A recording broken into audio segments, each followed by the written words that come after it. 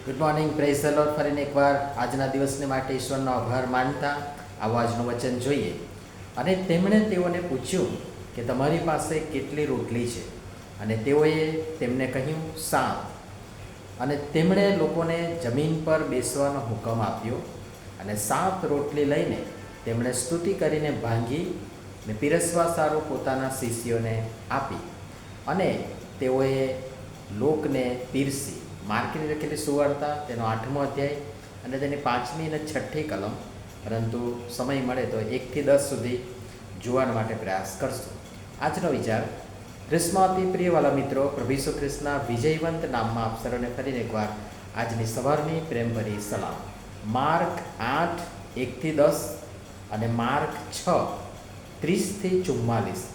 આ બંને પ્રસંગોમાં અનુક્રમે 5 રોટલી તથા 2 માછલી તથા 7 રોટલી અને થોડી માછલી વડે પ્રભુએ લોકોને જમાડ્યા.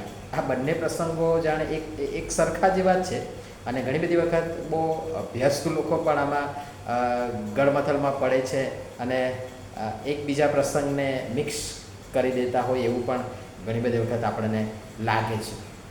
પરંતુ અત્યારે આપણે એમાં નથી જવા માંગતા. પરંતુ આ જે પ્રસંગ છે અને એ પ્રસંગમાં પ્રભુ ઈસુ ખ્રિસ્તે જે બહુ ઓછા શબ્દો જે બંનેને થોડું અલગ પાડે છે એ તો 5 રોટલી અને 2 માછલી. બીજા પ્રસંગમાં 7 રોટલી અને થોડી માછલી, આ રીતે લખ્યું છે.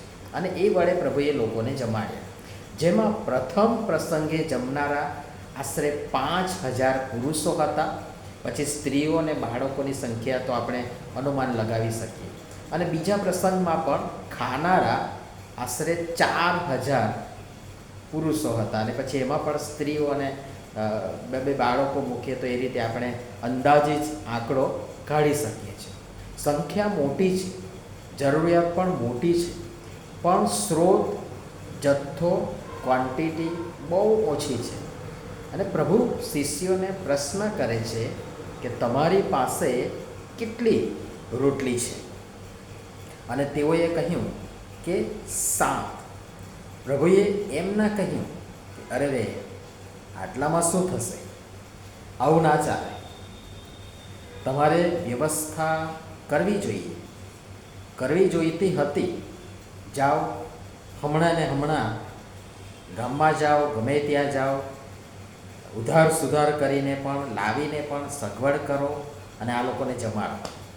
પણ ના, પ્રભુએ બહુ સ્વાભાવિક સહજ રીતે લોકોને જમીન પર બેસવાનો આદેશ આપ્યો, હુકમ કર્યો. અને જાણે પાછળ લંગર ચાલતું હોય, આજે સભા ચાલી રહી છે એની પાછળ લંગર ચાલતું હોય અને મોટું રસોડું ધમધમતું હોય, ભોજનના ભંડારો, અનાજોના ભંડારો ભર્યા પડ્યા હોય. શિષ્યોએ પણ પ્રભુની વાત સ્વીકારી, કોઈ પણ કચકચ કે દલીલ કરી નહીં. અરે પ્રભુ, જવા દો, અમે લાવવાનું ભૂલી ગયા. આ 1 જણને કે 2 જણને કે આ ટીમને વ્યવસ્થા કરવાની કહ્યું હતું, જવાબદારી સોંપી હતી, પણ તેમણે ધ્યાન ના આપ્યું. આની જવાબદારી હતી, આણે આમ ના કર્યું, પેલાએ આમ ના કર્યું, પેલાએ તેમ ના કર્યું. લોકોને પણ કીધું હતું, અમે સૂચના આપી હતી કે તમારે ટિફિન લઈને આવવાનું અને ટિફિન લઈ લેજો, પણ એમણે ના સાંભળ્યું. તો અમે શું કરીએ? મરવા દો ભૂખે. પણ ના, તેઓ આધીન રહ્યા, શાંત રહ્યા અને જે થાય છે, જે થઈ રહ્યું છે એ જોયું, અનુભવ્યું. અને લોકો પણ, શિષ્યોની સાથે સાથે લોકો પણ જાણે છે કે અમે ક્યારના પ્રભુની સાથે ને સાથે છીએ. 3 દહાડાથી તેઓ પ્રભુની સાથે છે ને ક્યાંય રસોડાનું તો નામ નિશાન જડતું નથી, દેખાતું નથી. કોઈ બજારમાં લેવા કે વ્યવસ્થા કરવા માટે ગયું નથી. તો પછી આ આટલા બધા લોકોનું ખાવાનું આવશે ક્યાંથી? પણ ના, કોઈ કચકચ નહીં, કોઈ દલીલ નહીં, બસ વિશ્વાસથી પ્રભુનો હુકમ, આદેશ માની જમીન પર પંગતમાં હારબંધ શાંતિથી બેસી ગયા અને સૌના આશ્ચર્યની વચ્ચે પ્રભુએ એ પ્રથમ પ્રસંગે ફક્ત 5 રોટલી અને 2 માછલી વડે અસંખ્ય લોકોને જમાડ્યા. પ્રભુએ એ જે કંઈ પણ હતું, થોડું, સીમિત, મર્યાદિત, પણ એ જે કંઈ પણ હતું, ઉપલબ્ધ હતું, અવેલેબલ હતું, થોડું હતું, તેને માટે આકાશ તરફ જોઈને ઈશ્વર પિતાની સ્તુતિ કરી, પ્રાર્થના કરી, તેના પર આશીર્વાદ માંગ્યો અને શિષ્યોને પીરસવા આપી. અને એ થોડો જથ્થો ખૂટ્યો નહીં. તમારી પાસે, મારી પાસે, આપણી પાસે જે કંઈ પણ છે, જે કંઈ પણ થોડું છે, પણ છે ખરું, એ થોડું, નાનું, સીમિત, મર્યાદિત જે પણ છે, તેને માટે, એ સ્ત્રોતને માટે, એ આપનારને માટે, એ જથ્થાને માટે દેવ બાપની સ્તુતિ કરીએ, તેના પર આશીર્વાદ માંગીએ અને એને તમારી, મારા, આપણા લોકોની જરૂરિયાત અનુસાર વહેંચી આપો.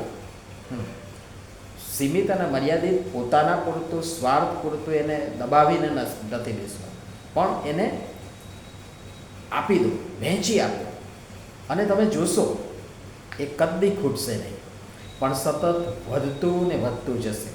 પછી એ ખોરાક હોય, કપડાં હોય, સંસાધનો હોય, આશીર્વાદો હોય, કૃપાદાનો હોય, તાલંતો હોય, આવડતો હોય, એને માટે દેવ બાપની સ્તુતિ કરો, આશીર્વાદ માંગો ને વહેતા કરો, કદી ખૂટશે નહીં.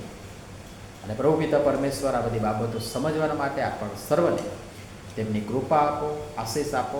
આમીન. ધન્યવાદ.